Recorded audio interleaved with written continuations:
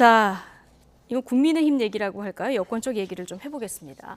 한동훈 장관, 윤석열 정부 초대 내각 인사 중에 가장 큰 관심을 받는 인물이다. 이렇게 얘기해도 뭐 과언이 아니죠. 총선 차출설이 친윤계 의원 입에서 오늘 처음으로 나왔습니다. 발언 직접 듣고 오시겠습니다. 저는 결국 대통령 지지율에 따라서 결정될 수 있다 이렇게 생각을 합니다. 현재 대통령 지지율이 이제 40% 이상의 안정적 지지세를 받고 국정 운영에 있어서 자리를 잡는다면은 그때는 뭐 한동훈 장관이 총선에 출마할 가능성이 높다. 한동훈 장관이 갖고 있는 안정감, 명쾌한 논리 이런 것들이 국정 운영 지지에 상당히 영향력을 주고 있다는 건 부인할 수 없습니다. 네. 대통령 지지율이 안정될 경우에 한동훈 장관이 2024년 총선에 출마할 수도 있다. 이런 전망인데요. 그 기준이 대통령 국정 지지율 40%입니다. 일단 40% 정도는 돼야 이 국정이 안정적으로 운영되는 바닥치가 40이라고 할 수 있거든요. 그러니까 유상범 의원은 괜한 말씀을 하셔서 지금 국정 운영이 제대로 되고 있지 않은 점을 부각하는 실수를 범하셨어요. 게다가 한동훈 장관을 띄워주고 싶은 마음, 간절한 마음은 저희가 알겠는데 그건 본인이 알아서 정할 문제 아닙니까? 지금 당에서 특히나 이런 식으로 띄우게 되면 황태자니 뭐니 이런 비판을 많이 들어서 가뜩이나 정치적인 행보를 하기 어려워하는 한동훈 장관을 오히려 궁지에 밀어놓고 있다는 생각이 들고요. 그리고 제 예측으로는 한동훈 장관이 지금에 와서 2024년에 초선 의원이 돼서 정치적으로 뭘 한다라고는 잘 그려지지 않아서요. 오히려 총선 출마의 가능성이 낮지 않느냐. 유상범 의원의 어떤 의미에서는 자가발전 이상은 별 의미가 없는 것 같습니다. 어떻게 봐도 어떤 쪽에서도 여기에 좀 같이 보조를 맞춰서 시그널을 주는 곳이 없어 보이네요. 근데 아니 뭐 이재명 대표도 지금 초선 의원인데 뭐 한동훈 장관이 초선 의원 못할 이유는 없을 것 같고요. 저는 40% 지지율에 상관없이 한동훈 장관이 마음만 먹는다면 정계 입문하고 다음번 총선에 출마할 가능성 꽤 있다라고 봅니다. 왜냐하면 또 하나의 구심점 또 아이콘적인 역할을 할 수도 있는 것이거든요. 다만 이제 거기서 유상범 의원이 얘기하는 것처럼 대통령 지지율이 어느 정도 올라와야 이 한동훈 장관이 갖고 있는 이 사실은 친윤계 구심점이라는 역할도 빛을 발할 수가 있는 거예요. 너무 그게 지지율이 안 올라오면은 이게 또 좀 퇴색될 수가 있는 것이거든요. 그런 면에서 한 40% 정도를 얘기한 것 같고 다만 저도 정무적으로는 굳이 이런 얘기를 먼저 할 필요는 없는 것 같아요.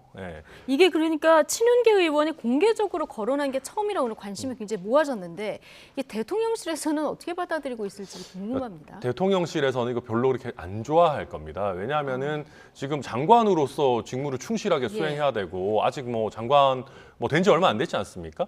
게다가 지금 저희 당에서 이게 뜬 소문인지 뭐 실제인지 모르겠습니다만은 다음 총선 때 이 서초동의 법조인 출신들 또 특히 검사 출신들 이런 분들이 공천을 많이 받아가지고 오는 거 아니냐 이런 걸 두려워하는 분들이 계세요. 그런 얘기가 돕니까? 그런 부분 뭐 약간 있는 것 같아요.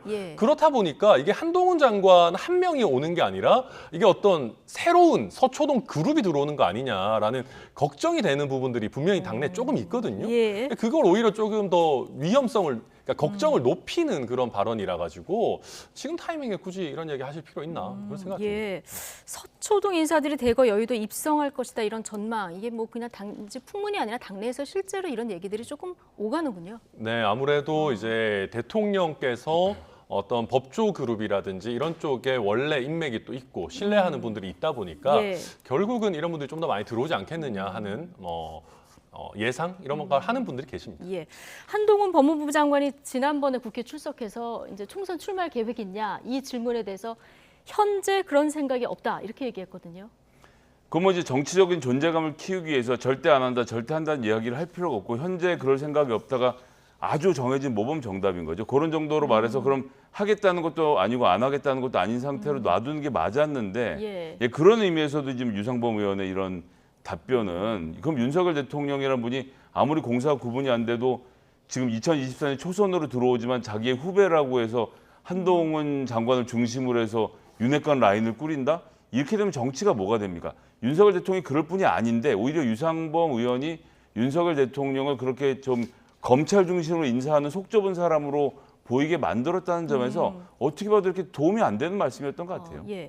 조응천 의원 같은 경우는 한동훈 장관이 100% 출마한다, 정계 입문한다 이렇게 얘기를 했었는데 김성희 소장님은 어떻게 전망하세요? 저는 오히려 출마를 하기보다는 예. 다른 장관을 한 번 더 하실 가능성에다가 일단 걸어보겠습니다. 다른 장관이라고 하면 그러니까 좀 아까 말씀하신 이재명 시장의 경우 시장과 도지사 등 선출직으로 10년의 경험을 쌓고 나서 국회의원이라는 다른 선출직을 한번 했을 뿐인 거고요.